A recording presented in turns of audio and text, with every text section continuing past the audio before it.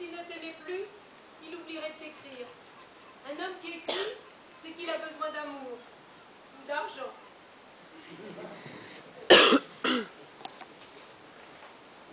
Tiens, il parle de nous d'abord. Imbécile.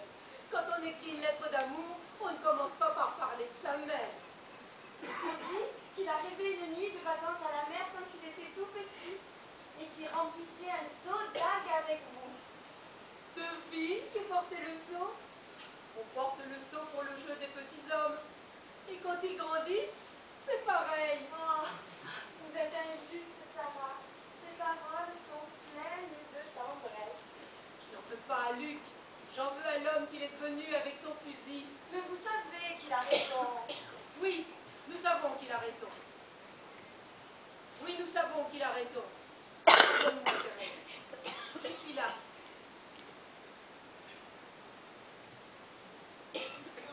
C'est épuisant d'aimer ceux qui ont toujours raison. Depuis des millions d'années, nous continuons à les aimer. Nous, les mères, les épouses, parce que nous savons qu'ils ont raison de tuer et de mourir. Il dit que la montagne est froide. Que tes bras et tes baisers lui manquent. Je suppose que tous les hommes disent la même chose. Non, rassure-toi. Ils usent des mêmes mots, mais ne disent jamais la même chose. Luc est un gamin juste fini de pousser. Il dit que tes bras lui manquent, oui. Et c'est-à-dire ton ventre, tes lèvres, et le jeu de tes doigts sur sa joue. C'est important, les bras. Oui, c'est l'essentiel. Il croit que ce sont tes bras qui lui manquent. Mais au fond, c'est autre chose. C'est ce que vous n'avez pas encore vécu qui lui manque. C'est cet avenir entre vous, dont il pressent la couleur et dont il craint à chaque instant que la couleur s'efface.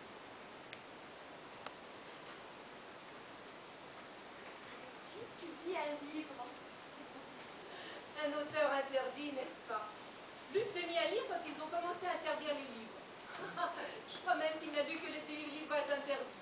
C'est une bonne chose, finalement. Nous devrions lire que des livres interdits, inadmissibles. Allez, mes rebelles, vous êtes bien faits pour être ensemble. Ça vous déplaît?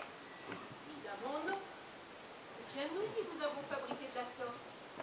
Grâce à Dieu. Il dit que son groupe prépare quelque chose. Nous devrons se cacher longtemps de toute façon.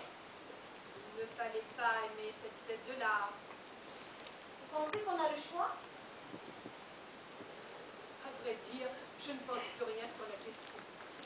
Il y a trop d'histoires dissemblables. Tu connais le proverbe chinois?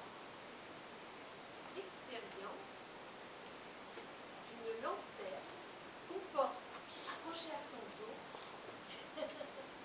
et qui n'éclaire que le chemin parcouru.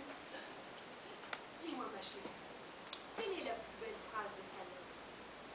Je ne sais pas. Je ne sais pas pourquoi. La montagne est froide. Ah, rien à faire. Décidément, tu l'aimes, ma tête de lard. Tu lui écris tous les jours? Oui, des lettres interdites. J'en ai un plein tiroir. Et il les lira un jour dans tes bras. Je ne sais pas. Embrasse-moi. Et cours lui écrire une belle lettre interdite. Ah! Attends. Dis à cet imbécile qu'il me manque.